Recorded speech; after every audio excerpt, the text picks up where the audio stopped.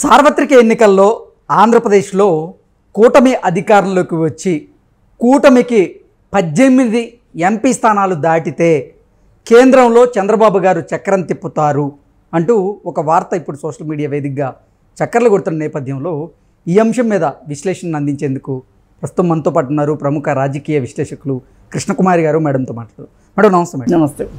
సార్వత్రిక ఎన్నికల్లో ఆంధ్రప్రదేశ్లో గనక కూటమి అధికారంలోకి వచ్చి కూటమికి 18 ఎంపీ స్థానాలు దాటితే కేంద్రంలో చంద్రబాబు గారు చక్రం తిప్పుతారు అంటూ కొన్ని వార్తలు ఇప్పుడు సోషల్ మీడియా వేదికగా చక్కర్లు కొడుతుంది. ఏంటి నిజంగా 18 ఎంపీ స్థానాలు దాటితే కేంద్రంలో చంద్రబాబు గారు చక్రం తిప్పే ఆ పరిస్థితులు ఉంటాయా అంటే ఏం చెప్తారు? అసలు 18 అనే కాదండి, 18 అంటే 7 పోతాయని మీ ఉద్దేశం. అసలు జగన్ రెడ్డికి 7 వచ్చే అవకాశం ఉందా? ఓకే, రావు. Sharmila seat guarantee. మరి ఈ పరిస్థితుల్లో పోయినసారి 3 సీట్లు తెలుగుదేశానికి వచ్చినాయి, 22 వైసీపీకి వచ్చినాయి. ఇప్పుడు ఈ ఫలితాలు తిరగబడితే 22 స్థానాలు కూటమికి వచ్చాయనుకోండి. మళ్ళీ ఈ కూటమిలో కేవలం తెలుగుదేశానికి గనక ఒక 16 వరకు వచ్చాయనుకోండి, 16 ప్లస్ షర్మిల 17, ఆంధ్రప్రదేశ్ నుంచి 17 సీట్లు ఓపెన్ కేటగిరీలో ఉన్నాయి ఆంధ్రప్రదేశ్లో. ఇప్పుడు ఢిల్లీలో పరిస్థితి ఎన్డీఏ కూటమికి 180 నుంచి 200 సీట్లే వస్తాయి అనేది చాలామంది మాట్లాడుతున్నారు. ఓకే, లేదు అంటే మ్యాజిక్ ఫిగర్ కూడా దాటదంటారు. అసలు మ్యాజిక్ ఫిగర్ 270 కావాలి, 273 రావాలి మ్యాజిక్ ఫిగర్ అంటే. అసలు మ్యాజిక్ ఫిగర్ వస్తుంది అని చెప్పి బీజేపీ కూడా అనుకోవట్లా. మరి 400 స్థానాలు వస్తాయి ఎన్డీఏ కూటమి కంటే వాళ్ళు డంకా బజేసి అవన్నీ ఒకప్పటి కబుర్లు. ఇప్పుడు చెప్తున్నాడా మోడీ? ఈ మధ్య చెప్పాడా 400 వస్తాయని? ఎప్పుడన్నా చెప్పలా. వాళ్ళ మాట తీరు మారింది, బీజేపీ వాళ్ళది. రావు. వాళ్ళు ఏమనుకుంటున్నారంటే 240 వస్తాయి అని అనుకుంటున్నారు. 240 వస్తే వాళ్ళల్లో వాళ్ళ మాట 240, 220, 200 ఈ మధ్యలో వాళ్ళు ఊగిసలాడుతున్నారు. అందుకే వాళ్ళు ఏం చెప్తున్నారు చాలా తెలివిగా, నార్త్ వెస్ట్లో మేము నష్టపోయినా ఈస్ట్ సౌత్లో మేము గెయిన్ అవుతాము అని చెప్పుకుంటున్నారు. అర్థమైంది కదా? అంటే ఉత్తరాది రాష్ట్రాల్లో వారు కొన్ని స్థానాలను కోల్పోబోతున్నారని గ్రహించే దక్షిణాది స్థానాల్లో వాటిని ఫుల్ఫిల్ చేసుకోవాలని ప్రయత్నిస్తున్నారు. వాళ్ళు నార్త్లో ఎందుకు మాకు రావు అనుకుంటున్నారు? నార్త్ ఈస్ట్ స్టేట్స్ మొత్తంలోనూ వాళ్ళ పరిస్థితులు బాగోలా. ప్రధానంగా యూపీలో నార్త్ ఈస్ట్ స్టేట్స్ అంటే అస్సాము అవి ఉంటాయి కదా, నార్త్ ఈస్ట్ స్టేట్స్. ఆ నార్త్ ఈస్ట్ స్టేట్స్ ఏవైతే ఉన్నాయో అసలు మణిపూర్ 3 రాష్ట్రాల్లో వాళ్ళు పోటీయే చేయలా. కాశ్మీర్లో కూడా వాళ్ళ పరిస్థితి బాగోలా. ఇలాంటి పరిస్థితుల్లో వాళ్ళు ఎక్కువ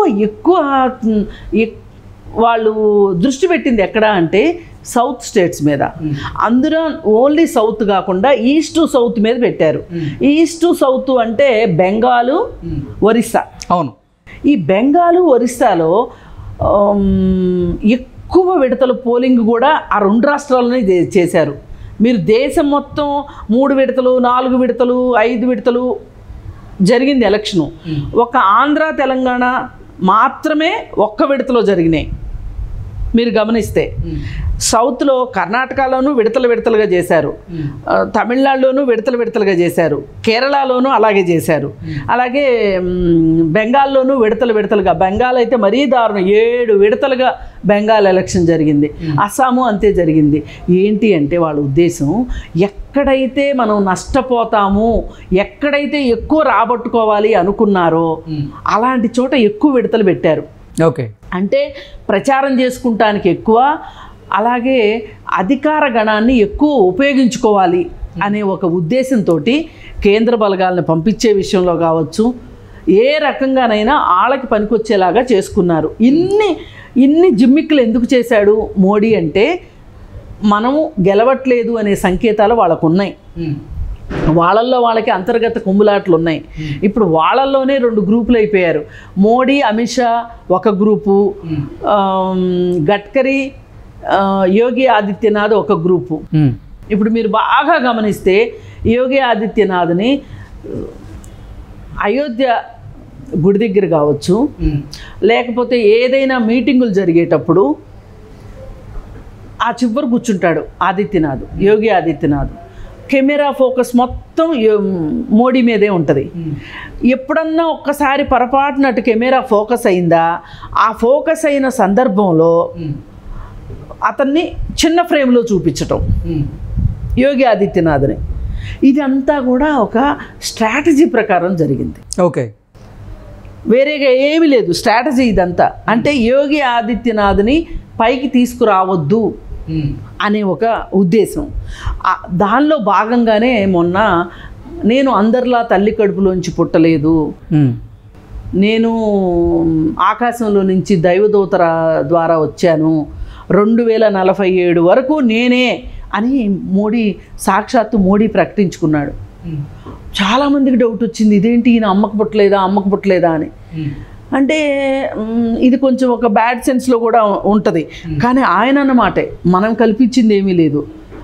నన్ను ఒక దైవ కార్యం కోసం, ఒక పవిత్ర కార్యం కోసం నన్ను దైవదూతలు పంపించారు నన్ను అని చెప్పి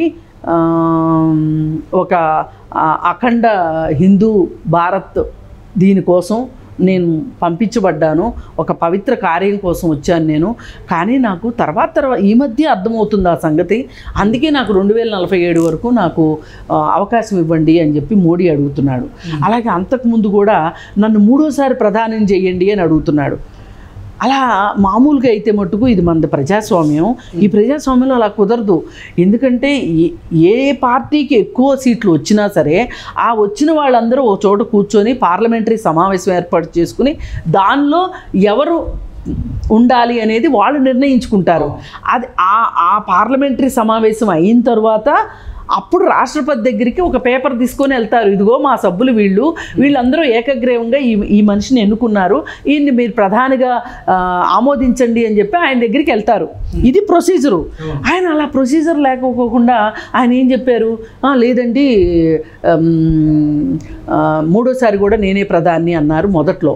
మళ్ళీ ఇప్పుడేమో 2047 వరకు అంటున్నారు. మరి ఒకప్పుడు అద్వానీని పక్కన పెట్టే విషయం వచ్చేసరికి ఏమో 70 ఏళ్ల తర్వాత రాజకీయాల్లో ఉండటానికి వీలు లేదు, క్రియాశీల రాజకీయాల్లో పార్టీకి సేవ చేయాల్సిందే అని చెప్పి అప్పుడు అన్నారు. ఇలా వీళ్ళు వెర్షన్స్ మారుస్తుంది. ఎందుకు అంటే నాకు చాలా ఫేస్ వాల్యూ ఉంది, మోడీ అనే నేను కాకుండా ఇంకొకళ్ళు అంటే గనక ఈ దేశ ప్రజలు ఒప్పుకోరు. కాబట్టి నన్ను నేను ఎలివేట్ చేసుకుంటూ బీజేపీ పార్టీని ఎలివేట్ చేస్తాను అని ఆయన అనుకుంటున్నారు. ఆ భ్రమలో ఆయన ఈ జిమ్మిక్లన్నీ చేస్తున్నారనమాట.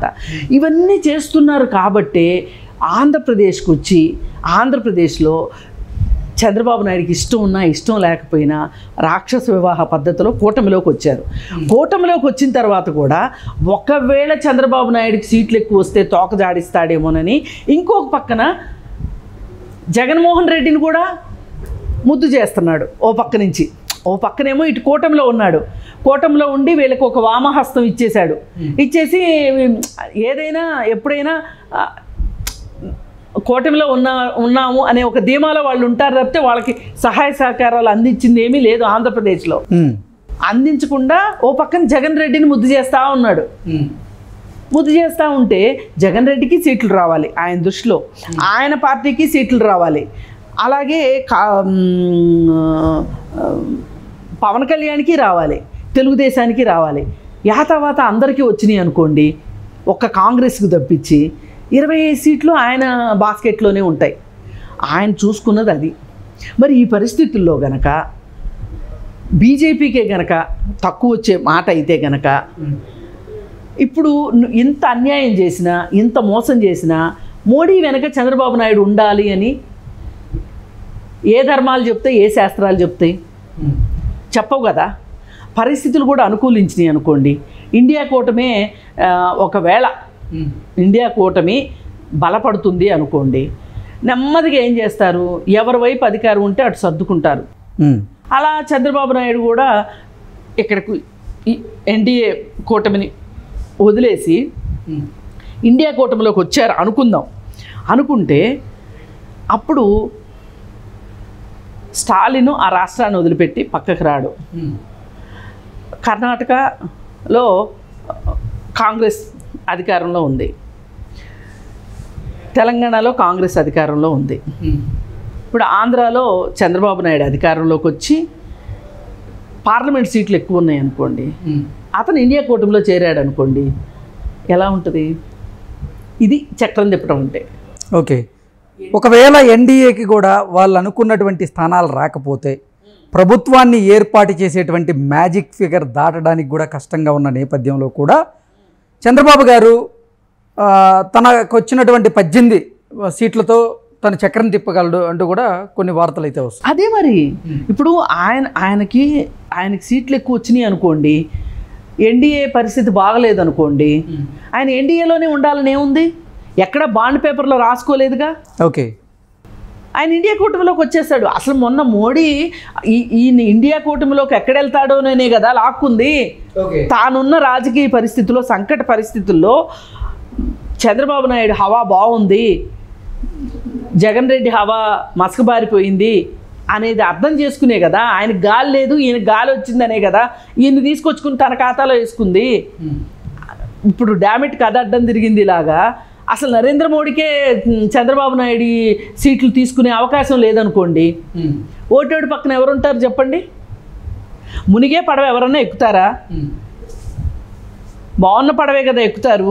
అప్పుడు చంద్రబాబు నాయుడు ఈ పడవలోకి వచ్చాడు అనుకోండి, ఇండియా కూటమి పడవలోకి వచ్చాడు అనుకోండి, అసలు ఇంకో అద్భుతం జరిగినా ఆశ్చర్యపోక్కర్లా. అసలు చంద్రబాబు నాయుడు ఇటు వచ్చాడు అంటే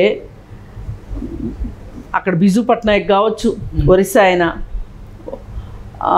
బీహార్ నితీష్ కూడా తప్పు తెలుసుకుని లెంపలేసుకుని మన కేసీఆర్ భాషలో మాట్లాడుకుంటే నేలకు ముక్కు రాసి ఇండియా కూటమిలోకి వచ్చాడు అనుకోండి, అసలు ఇండియా కూటమి పెట్టిందే ఆయన కదా, వచ్చాడు అనుకోండి, మోడీ పరిస్థితి ఏంటి? ఇప్పుడు ఏంటి అంటే ఇక్కడ వీళ్ళందరిలోకి చంద్రబాబు నాయుడు కీలకంగా ఉన్నాడు. కాబట్టి చంద్రబాబు నాయుడు చక్రం తిప్పుతాడు. ఎన్డీఏనే గెలిచే కాడికి ఎన్డీఏలో చక్రం తిప్పేది ఏమి ఉండదు. అక్కడ భూచక్రం లాగా తిరగటమే. విష్ణు చక్రం వేయాలి అంటే గనక ఇండియా కూటమిలో ఉంటేనే విష్ణు చక్రం వేయగలుగుతాడు. ఇప్పుడు ఎప్పుడైనా భూచక్రమే, విష్ణు చక్రమే కదా. అది ఆ చక్రం తిప్పడం అంటే ఆ పరిస్థితుల్లో చక్రం తిప్పితే అప్పుడు ఆట బాగుంటుంది. ఇప్పుడు మోడీ కూటమిలో ఉన్నాడు అనుకోండి, ఆయనకి ఒక ప్రత్యేకమైన ఆకర్షణ ఏముంటుంది? చంద్రబాబు నాయుడికి ఆయనకు ఒక ప్రత్యేకమైన వ్యవహారం ఏముంటుంది? ఆయన చక్రం తిప్పటం ఏముండదు. మోడీ అంతా ఉంటాడు, మోడీ వెనకమాల వీళ్ళు ఉంటారు. కానీ ఇండియా కూటమి అనేసరికి ఏమవుతుంది అంటే ఇండియా కూటమిలో ఒక వరస ఉంటుంది, అది ఒక ప్రజాస్వామ్యయుతమైంది. అదే ఎన్డీఏ కూటమిలో ముందు మోడీ ఉంటాడు, మోడీ వెనకమాల అమిత్ షా ఉంటాడు, అమిత్ షా తర్వాత ఇంకా ఇంకా ఇంకా ఇంకా ఉండి ఎక్కడో చివరిలో చంద్రబాబు నాయుడు ఉంటాడు. అందరిలో ఒకటిగా ఉండటం ఇంపార్టెంటా?